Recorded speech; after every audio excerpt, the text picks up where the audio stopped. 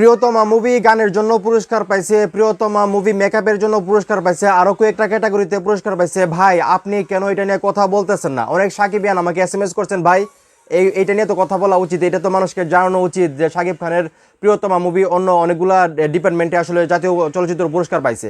তো আমি আপনাদেরকে একটা কথা বলতে চাই ভাই, কে কি পাইলো সেটা নিয়ে আমার মাথা ব্যথা নাই। আমি শুধু শাকিব খানকে চিনি ভাই, সত্যি কথা ভাই, আমি শাকিব খানের ভক্ত। এই পেজে শুধু শাকিব খানের ভিডিও বানাই। এখানে আমার কোনো টাকা পয়সার ব্যাপার না, কোনো কিছুর ব্যাপার না। আমার শখ শাকিব খানকে নিয়ে কাজ করা, কথা বলা। আমার অনেক কাজ আছে, তার ফাঁকে আমি যতটুকু সময় পাই এই পেজে কাজ করি। তো মেগাস্টার শাকিব খান যেখানে জাতীয় চলচ্চিত্র পুরস্কার পায় নাই প্রিয়তমা মুভির জন্য, এত ভালো অভিনয়ের জন্য, যেখানে সবাই বলতেছে রাজনীতির কারণে নাকি উনি পুরস্কার পায় নাই, তো তারপরে আসলে প্রিয়তমা মুভির কোন গান পুরস্কার পাইলো, মেকআপম্যান পুরস্কার পাইলো, এটা পুরস্কার পাইলো, ওইটা পুরস্কার পাইলো। ভাই আমার এত মানে আবেগ নাই, এত ভালো মানে কি কইতাম, এত নাটক সিনেমা নাই, আমি পারবো না ভাই এসব নিয়ে কথা বলতে।